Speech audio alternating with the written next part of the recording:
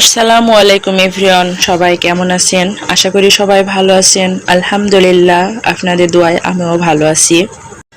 অনেকদিন পর চলে এসেছি বাবার বাসায় বেড়াতে। আর কেন এসেছি সেটা তো দেখে বুঝতে পারতেছেন। আর এই দাওয়াতটি পেয়ে আসলে আমি অনেক অনেক খুশি। কারণ হচ্ছে এই একই স্থানে 17 বছর আগে একবার মাহফিল হয়েছিল, তারপর এখানে আর কোনো মাহফিল হয় নাই, মানে এই গ্রামেই হয় নাই। তারপর আমি যখন শুনতে পেলাম যে সেই মানে 17 বছর আগে যে স্থানে মাহফিল হয়েছিল সেখানেই আবার এই মাহফিল, আর আমি তো মানে শোনার সাথে সাথে চলে এসেছি।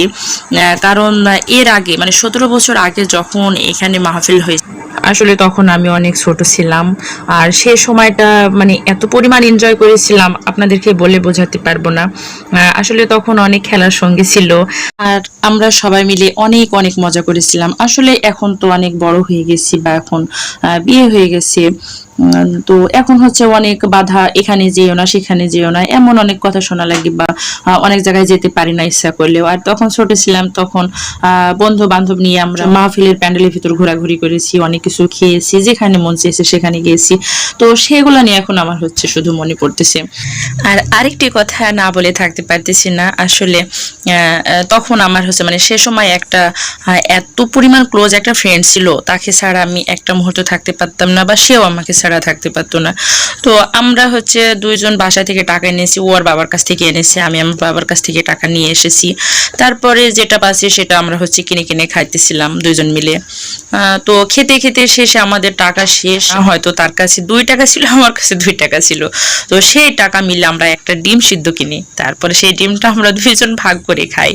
আর খাওয়ার পর মাহফিলের ওই যে চারিদিকে যে কাগজ দিয়ে মানে এক কথা ডিজাইন করা হয়েছিল বা ঘেরা হয়েছিল, তো সেই কাগজ আমরা দুইজন ছিঁড়ি। তারপরে ঠোঁটের লিপস্টিক হিসেবে সেগুলো আমরা একটু ঘষাঘষি করে মানে রং করেছিলাম আর কি। তো এমন ভাবে রং করেছিলাম, বাসায় গেছি, যাওয়ার পরে সবাইকে দেখাচ্ছি, দেখো আমরা লিপস্টিক দিয়েছি, আমাদের কত সুন্দর লাগতেছে। তো আম্মু আমার মার কাছে বকা খায়, সেও তার ফ্যামিলিতে বকা খায়। বকা খাওয়ার পর তারপরে সেই লিপস্টিক মুছে তারপর আবার আমরা মাহফিলে একসাথে ঘোরাঘুরি করি।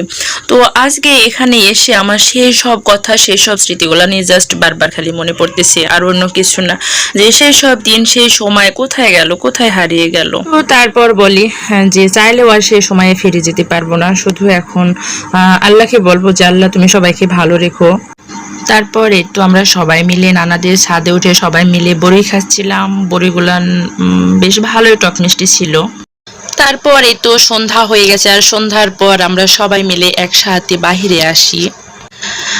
আমরা আসলে অনেকেই ছিলাম, খালাতো বোন, মামাতো বোন, তারপরে আরো অনেকেই ছিল, বাড়ি বাড়ি ভর্তি লোকজন।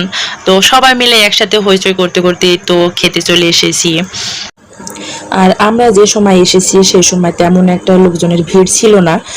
তারপরে তো এখানে এসে আমরা ঝালমুড়ি, তারপর ফুচকা, চটপটে, তো এগুলো খাওয়ার পর আমরা সবাই মিলে বাসায়। আমাদের সবার কাছে বাচ্চা কাচ্চা আছে, আর তারা এটা ওটা নেওয়ার জন্য অনেক কান্নাকাটি করতেছিল, এই জন্য এখানে থাকা আমাদের দ্বারা একদম সম্ভব হচ্ছিল না। তো বাসায় যাব, আমরা বাসায় গিয়ে সবাই মিলে একসাথে খাওয়ার জন্য নিয়ে নিই চিংড়ির চপ, তারপরে ছোলা, আর আরেকটা যে 12 ভাজা নাকি, সেগুলান নিয়ে আমরা বাসায় রওনা হই। তারপর বাসায় গিয়ে সবাই মিলে আমরা একসাথে খাওয়া দাওয়ার পর চলে যাব মাহফিলের প্যান্ডেলের ভিতরে, একথা ওয়াজ শুনবো শেষ পর্যন্ত।